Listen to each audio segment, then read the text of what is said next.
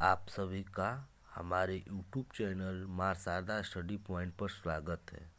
अतः बच्चों, आज हम पाठ्य योजना के बारे में जानेंगे कि पाठ्य योजना कैसे बनता है। ये महात्मा गांधी विद्यापीठ का पाठ्य योजना है। इसे हम निम्न प्रकार से समझेंगे और देखेंगे कि कैसे ये बनता है। चलिए देखते हैं। पहले हम विद्यालय का नाम लिखेंगे। विद्यालय जहाँ पर आप शिक्षण कराने जाएंगे वहाँ पर का विद्यालय का नाम हम लिखेंगे।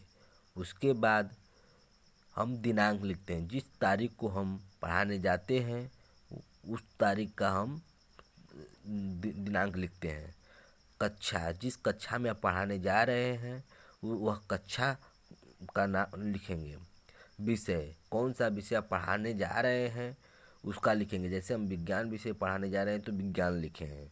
उप विषय यानी कि विज्ञान में कौन सा विषय पढ़ा रहे हैं। भौतिक विज्ञान पढ़ा रहे हैं, रसायन विज्ञान पढ़ा रहे हैं या जीव विज्ञान पढ़ा रहे हैं। कलांश यानी चक्र। मतलब समझे बच्चों कि आप किस चक्र यानी क्लांश, कौन सा घंटा है आपका है, किस घंटे में आप पढ़ाने जा रहे हैं। अवधि 35 मिनट का होना चाहिए। आपका घंटा जो है वो कितने मिनट का है, 35 मिनट का है। ठीक है बच्चों।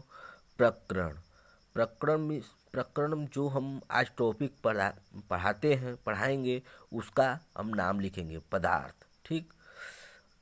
कुछ सामान्य उद्देश्य लिखते हैं। जैसे बच्चों, छात्रों में विज्ञान के प्रति विचार शक्ति का विकास करना। सामान्य उद्देश्य होता है बच्चों, वो सब विषय से संबंधित होता है। ठीक है। दूसरा देखिए, छात्रों में विज्ञान के प्रति रुचि उत्पन्न करना। छात्रों में विज्ञान के प्रति सोचने समझने की शक्ति का विकास करना। छात्रों में वैज्ञानिक दृष्टिकोण का विकास करना। छात्रों में विज्ञान के प्रति तर्क शक्ति, कल्पना शक्ति का विकास करना। छात्रों में विज्ञान के प्रति एकाग्रता, आत्मविश्वास की भावना का विकास करना। छात्रों में विज्ञान के प्रति आत्मनिर्भर की भावना का विकास करना। और बच्चों, कम से कम सामान्य उद्देश्य से हम 10 लिखते हैं। छात्रों में विज्ञान के प्रति मानसिक शक्ति का विकास करना।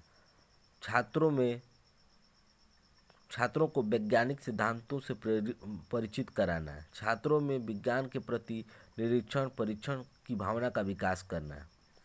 ठीक है बच्चों, ये हमारे सामान्य उद्देश्य हैं जो हमारे विषय से संबंधित होते हैं। कुछ विशिष्ट उद्देश्य होते हैं जिसे हम निम्न प्रकार समझेंगे। विशिष्ट उद्देश्य में ज्ञानात्मक होता है, क्रियात्मक होता है, भावात्मक होता है। ठीक है बच्चों। तो देखिए, ज्ञानात्मक में छात्र पदार्थ के बारे में प्रत्यास्मरण कर सकेंगे, यानी कि बच्चों को ज्ञान हम कराएंगे। दूसरा देखिए, छात्र पदार्थ को समझ सकेंगे, यानी उसके भावों को समझाएंगे, पदार्थ में क्या क्या होता है। छात्र पदार्थ को दैनिक जीवन में उपयोग कर सकेंगे, यानी कि उनको क्रिया करने, पदार्थ को की क्रिया कराने के लिए उनको बताएंगे। सहायक सामग्री, जैसे बच्चों आप जब टीचिंग कराने जाएंगे किसी विद्यालय में तो आप उन्हीं सामग्रियों को लिखें इस पे जो आपके पास उपलब्ध हो। जैसे कि हमने लिखा है चित्र, चार्ट, मॉडल व समस्त कक्षा उपयोगी सामग्री। ये सभी सामग्रियाँ आपके पास उपलब्ध होनी चाहिए। उसके बाद पूर्व ज्ञान का मतलब है बच्चों, छात्र पदार्थ के बारे में सामान्य जानकारी रखते हैं, यानी कि छात्र जो हैं पहले से इस विषय में कुछ न कुछ जानकारी अपना रखते हैं इस टॉपिक में। ठीक है बच्चों। अब आगे बढ़ते हैं बच्चों। प्रस्तावना का मतलब होता है हम बच्चों से जो प्रकरण हमारा रहता है उसी को निकलवाते हैं, उसी हम प्रस्तावना के रूप में जानते हैं। ठीक है बच्चों। अब आगे हम बढ़ते हैं। देखिए, हम प्रस्तावना निकलवा रहे हैं। पहले लिख लेंगे क्रम संख्या, छात्राध्यापक कथन, छात्र छात्रा अनुक्रिया। यहाँ पर बच्चों जो छात्राध्यापक जो लड़के हैं वो छात्राध्यापक लिखेंगे, जो लड़कियां हैं वो छात्राध्यापिका लिखेंगे। ठीक है बच्चों, देखिए पहला क्वेश्चन हमने किया, बच्चे पढ़ने के लिए कहाँ पर जाते हैं। ठीक है, तो बच्चे उत्तर देंगे विद्यालय में या स्कूल में। ठीक है, दूसरा फिर जो हमारा आंसर बच्चों ने दिया है उसी से दूसरा प्रश्न हमारा तैयार होता है, विद्यालय में बच्चे किसमें पढ़ाई करते हैं। तो बच्चे फिर बोलेंगे कमरे या कक्षा में। ठीक है, उसके बाद इसी आंसर से हम तीसरा प्रश्न स्टार्ट करेंगे, कमरे में शिक्षक किससे लिखते हैं तथा किससे मिटाते हैं। तो बच्चे बोलेंगे चौक से या डस्टर से। ठीक, फिर चौक या डस्टर को विज्ञान की भाषा में क्या कहते हैं। तो चौक या डस्टर को विज्ञान की भाषा में पदार्थ कहते हैं। ठीक है बच्चों, उसके बाद हमारा आता है उद्देश्य कथन। ठीक है, अतः बच्चों आज हम पदार्थ के बारे में अध्ययन करेंगे, यानी कि जो पदार्थ टॉपिक हमारा है, प्रकरण है, उसके बारे में हम आज अध्ययन करेंगे। अब देखिए प्रस्तुतिकरण, प्रस्तुतिकरण को हम समझेंगे। प्रस्तुतिकरण में बच्चों देखिए हम 4 कॉलम बनाएंगे। तो पहला शिक्षण बिंदु, दूसरा छात्राध्यापक कथन, वैसे ही जैसे छात्रा जो लड़कियां हैं छात्राध्यापिका लिखेंगी, जो बच्चे हैं उसको छात्राध्यापक लिखेंगे। उसके बाद छात्र छात्रा अनुक्रिया, उसके बाद श्यामपट्ट कार्य। अब देखिए पदार्थ, पदार्थ की अब पहले हम बच्चों प्रश्न नहीं करते हैं, पहले हम पदार्थ के बारे में या जो टॉपिक हमारा है, प्रकरण है, उसके बारे में व्याख्या करेंगे। उसके बाद ही हम बच्चों से क्वेश्चन करेंगे। हम पहले क्वेश्चन ही कर देंगे बच्चों तो बच्चे समझ नहीं पाएंगे, इसलिए हम पहले व्याख्या करते हैं। देखिए पदार्थ वह है जो स्थान घेरता है तथा जिसमें द्रव्यमान होता है। पदार्थ का ज्ञान हम अपने ज्ञानेंद्रियों के द्वारा करते हैं। पदार्थ सूक्ष्म से सूक्ष्म कणों में विभाजित होता है। ठीक है बच्चों, कोई भी चीज़ वस्तु हो, बालू का एक कण क्यों ना हो, वो क्या है बच्चों, एक पदार्थ है।